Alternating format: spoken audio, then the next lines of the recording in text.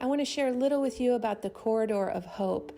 I've been inside Ukraine this week, and over the last month, I've spent time in Poland and Moldova, where we've worked to connect what we are calling the Corridor of Hope. And it's really a broad term just used to describe many small grassroots organizations and partners who are working together to get critical supplies where they are most needed on the front lines of this war. Of course, that network begins in Canada with our warehouse partners, and it extends through the US, the UK, and into the border areas where people need critical supplies as they flee the war. Our border warehouses organize supplies for local refugees as well as sending supplies directly to our Corridor of Hope network inside Ukraine. And they use semi-trucks and vans and cars, all with volunteer staff. In Ukraine, our logistics teams receive those supplies and prepare them for immediate transport to the most critical areas on the front lines of the war.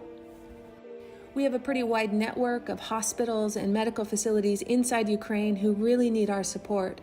I spent time with many of them this week, and like this children's cancer hospital. They move critical patients to the basement areas for safety in the event of an attack, which leaves the halls just lined with boxes of supplies, many of whom were provided by our Corridor of Hope network. In fact, as I was touring this hospital, air sirens blared as we toured the bunker areas in the basement. They were preparing for shelter from incoming bombs. Many hospitals I visited were completely overwhelmed with critical patients from the Donbass and Mariupol areas of Ukraine, and they are asking for our help. While I was there, our Corridor of Hope teams worked hard, loading 6 vans full of supplies to take to the worst-hit areas in Bucha. They loaded up from multiple sites all around the city. You know, one of the unique things about this Corridor of Hope network that I love to see is that each partner provides a critical piece in this supply chain. As our Corridor of Hope vans headed with supplies into Bucha, they began to send back video after video that was really almost unbelievable.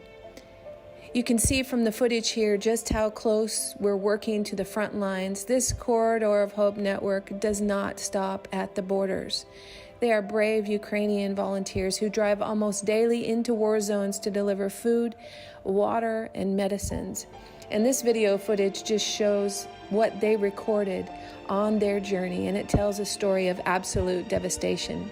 As you can see, we're obviously working in very difficult circumstances to bring critical life-saving aid to people in need.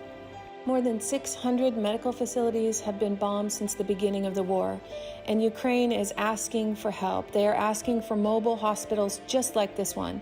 Many cities around the world have these COVID-type hospitals already in stock, and it's our hope that we would be able to provide these satellite hospitals to help those hospital networks inside Ukraine who have already had their facilities destroyed.